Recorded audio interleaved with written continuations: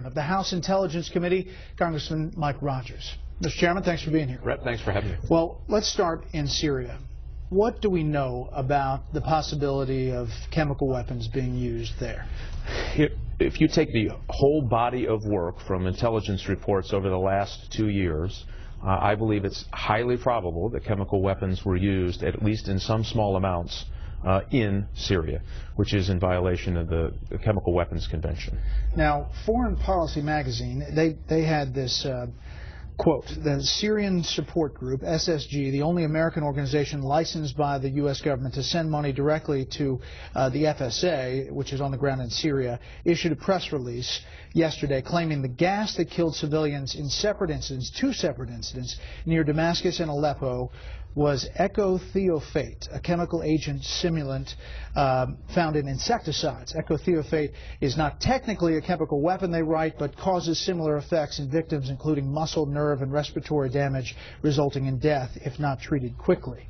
You believe that was the agent? Well, I don't have any indication today, proof today, physical forensic evidence today that says that is exactly the agent. But we run down a very dangerous road if we start to parse the meaning of what we know they have, what I believe they have the intention to use, and what has clearly been used within that total body of information, intelligence reports that I have received over the last 2 years in Syria. So you have a deteriorating situation on the ground. You have Al-Qaeda there, Hezbollah there. We think Hamas elements there. We know they've expressed a desire to get their hands on chemical weapons and more sophisticated weapons.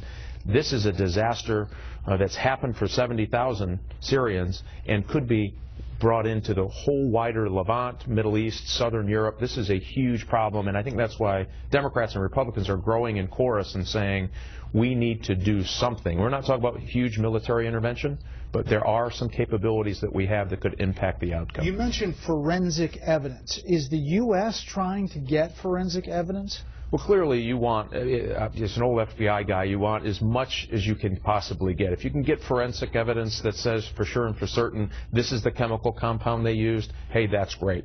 But there's a whole bunch of other information that we can obtain that would lead us to a solid conclusion about their chemical weapons use. Ambassador Susan Rice apparently has asked the UN to step in and do this investigation or help in this investigation.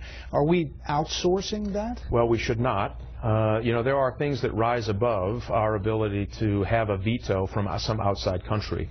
You have 70,000 deaths already. You have a government that we believe, and we have solid information, and by the way, the international community believes this, has chemical weapons, has put them in a position to be used on short notice, and I believe there's a high probability it has been used with that whole body over the last 2 years. That ought to be enough for us to stop the slaughter of innocent civilians when it comes to the use of chemical weapons and the deteriorating security situation, which is a security risk to the United States. You know what people say. We heard this in Iraq. And is this the real deal? Are we sure?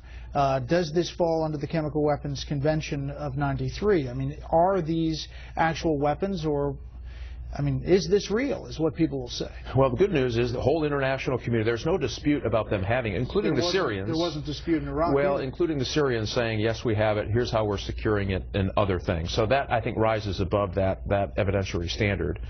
Number one. But number two, here's why we ought to be concerned about all of this. So if everybody agrees, including the Syrians and the opposition and the United States and other intelligence services, they have chemical weapons, and we have a pretty good number of sites, more than a dozen, and we have all of these sophisticated conventional weapons. You have these Al-Qaeda groups in trying to get their hands on them, Hezbollah trying to get their hands on them. This is a powder keg. It makes what happened in Libya with their weapons that spread across the northern Africa and the Maghreb. Matter of fact, I argue Mali was the first victim of weapons that escaped out of Libya after that event. These weapons make Libya look like an antique gun show. Do you think that we're going down the road of parsing what a chemical weapon is? Do you sense that the administration is going to start saying, well, that's not technically a chemical weapon and that's just an agent that...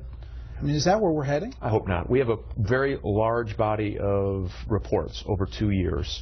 And again, I believe when you take the totality of all of those reports, and there are multiple instances, multiple sources of information, led both Dianne Feinstein and myself and others, and now you see Carl Levin and John McCain, Republicans and Democrats joining together saying, this is serious, it has serious national security consequences, it's not time to parse words anymore, it's time to step up. And I'm not talking about full-scale military 101st Airborne intervention. We have small unit capabilities that could bring credibility to the opposition back to the United States, which we don't have today, re-engage our allies in the Arab League, which we don't have today. And in theory, you get that credibility back, you show definitive force to disrupt their capability to deliver chemical weapons, you might get a diplomatic solution. Currently, we don't have that option. I'm going to hit a hard break here soon. Today, Republicans met to talk about Benghazi. Is this investigation moving forward? People are frustrated. Are survivors going to be subpoenaed? Well, I would argue use a subpoena only when you have to. There are new reports recently of individuals who want to come forward and provide some information. The Speaker of the House convened all of the committees today to fill in the gaps so that we know what's missing in certain committee aspects in both the Senate and the House. I thought that was a brilliant move by the Speaker of the House. He's committed to this. I know I'm committed to where my jurisdiction is, and so are the other committee chairmen. I think at the end of the day we want a fact-based lets the facts take us where it leads, no matter where that is, so that we can get, I think, an honest answer to the American people. They deserve it. So when Senator Graham says to the House Republicans, you're going to have to up your game on Benghazi, they're saying it's there. Oh, we've got lots of investigation going on. We have. There are a few gaps. What we saw today was the Senate and the House comparing notes about what gaps are missing, what questions still need to be asked, and I thought in the next few weeks we're going to have a very, very complete picture that I think Americans can look at and know this is not a partisan thing. It's a fact-based investigation that gets us the answers that not only the victims of the families deserve, but I think the American people deserve as well. Mr. Chairman, thank you very much. You're welcome back anytime. Thanks, Brett.